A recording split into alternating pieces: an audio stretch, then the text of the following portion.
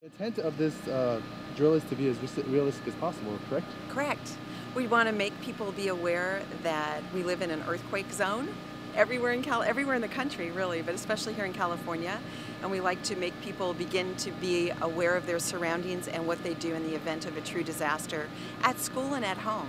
What do you have in your car? What do you have at home? What's your plan? Yeah, my name is Sean Miklos. I'm 20 years old and my major is earth science. And what's your reaction to this whole event?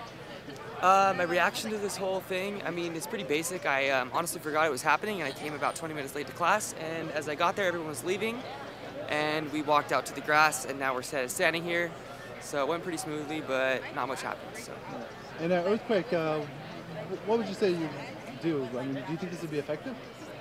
Well, in an earthquake, if it were to happen immediately, you should get under a sturdy table or something, no matter what. Never try to just run out of the building. But yeah, I mean, after the shaking stops, you're pretty good. I mean, probably shouldn't get back into a building, so getting out in the grass like this is pretty safe. Yeah, but do you think everybody emptying out like this, do you think everybody will actually come out in an orderly fashion? In the moment of an earthquake, I believe there's going to be a lot of people coming to their cars, kind of leaving, panic strikes. People don't want to follow the orderly structure. It's chaos, so. This may help. Yeah. All right, man. And how did everything go today? Well, I think it went very, very smoothly. Today, our evacuation from the start of the video to the time we called the all clear was half an hour, so 30 minutes from start to finish on the drill is a good outcome for us. It looked like today's evacuation was the smoothest I've ever witnessed. So the students cooperated, the faculty and staff cooperated. It was a very good drill for us. And it was the quickest done so far, huh? I believe so. We're getting really good at evacuating the buildings, and so we wanted to add some extra components to it this time. We added some fake victims to the drill that had to be found by people and transported to triage, so that was a new component. We set up an emergency operations center here behind me, a triage center on campus. Those are both new components for us to the drill. We did a very thorough sweep of the buildings, including the utilities. So, while students were standing outside waiting to be able to go back to class, our employees were going through and doing what they would do in a real situation. I'm Bob Simpson. It's my privilege to serve as the president of Cypress College.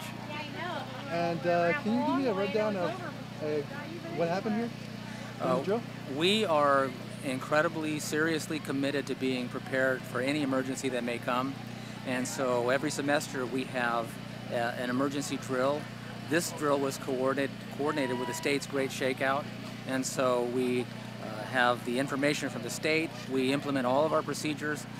We engage in all of our assignments for staff members, evacuate all of our buildings. We go through the process to clear the buildings, make sure they're safe, and now, of course, everybody is completing and concluding the drill and re-entering the buildings. But it's a great opportunity for us to verify that our emergency preparedness, we are prepared as we need to be for emergencies.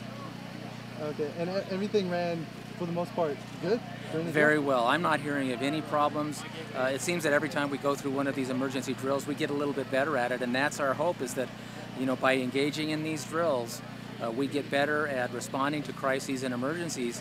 And this is an indication that if a true emergency happened, if we did have a significant earthquake, some other significant event at the college, we're prepared, we're ready to respond to that effectively. And by so doing, we're talking about saving lives. So we take it very seriously, and we're just really pleased with where we are with respect to our preparation for emergencies.